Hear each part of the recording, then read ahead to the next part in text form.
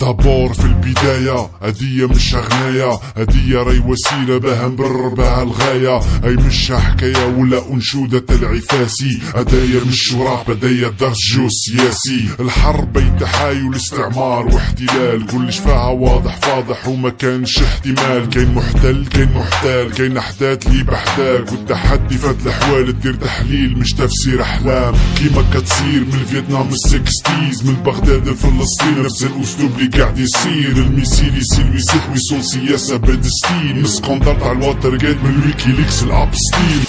الحكاية بدات كي شافوا الصين تتصاعد، تجارة صناعة بضاعة تكنولوجيا واقتصاد، امريكا في حصار والدولار وراح يلاشي، وفهموا باللي درك المستقبل رايح لاشي. دونالد ترامب حب يدير الاعاقة بطريقة لايقة فايقة، حب يقطع مصدر الطاقة، فهمت العلاقة بها الصين درك تنهار، حبس لهم البترول تاع فنزويلا والطهران. بالنسبة الأولى ديريكتوم ناضولو، بعتولي ميك في اللي خطفوا الرئيس مادورو، بلا ما نلفوا وندورو، وي واضحة بدون ألغاز، يسيطر تركا على السلطة يسيطر على تصدير الغاز. أما بالنسبة الثانية مرحوا بلاد الفرس، القصف والنسف هداك هو مربط الفرس، قالوا نعطيوهم درس بلا ما نخسروا حتى فلس، بعد شهر ما بان الفوز ولاد خلوطة بدون فرز. لا كان على الأسباب شوفوا أي قضية، قولوا سلطة قمعية بقيود مش ديمقراطية،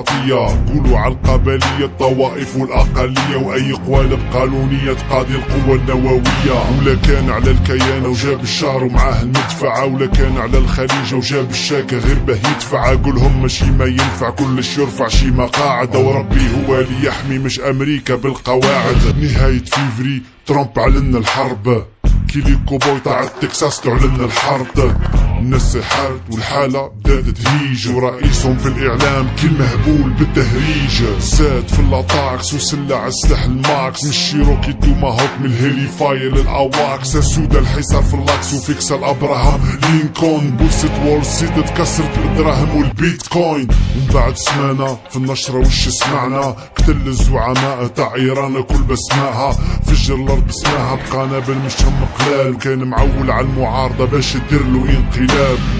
أما إيران من غير ما تتنرفز، أول ردة فعل كان تغلق مضيق تاع هرمز، معلوم هدايا يرمز، الدفاع اللي كان مأطر، كي تقيس الاقتصاد العالم كامل راح يتأثر، كانوا كالسجين هادي مدة هم سجين، صواريخ مسجلين من الفتاح للسجين، صواريخ آخر جيل انشطاري بوقود صوليد، دي ميسيل باليستيك يبالو سوبرسونيك، كان الرد فورية قصف يومي دورية، بر بحر جو جيش نظامي وحارس ثورية، في الصول كان ستوك يستنى تاع مليون مجاهدة، وفي السما كانوا سراب مسيرات من نوع الشاهد.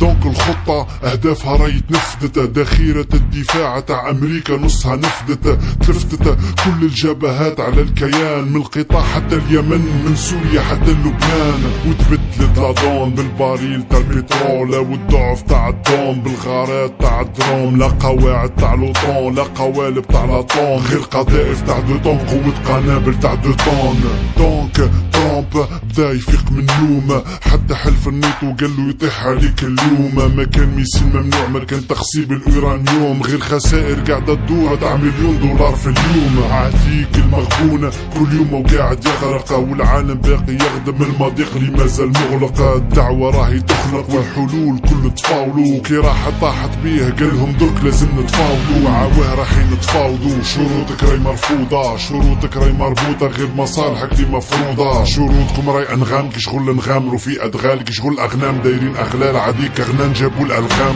يعني في الختام العالم راح يستحضر، لازال قفلوا مضيق باب المندب على البحر الاحمر، لهنا نرفع على المحضر خاطك انتهت اوقاتنا، نشكركم على المتابعة ونكملوا المرة القادمة. يا وار كرة بالنيران، حرب دار الارض بين امريكا وبين ايران، دي مليون دي مليار تاع مسيح مسلم ويهود، بدراهم الخليج وتهديدات تاع نتنياهو. يا وار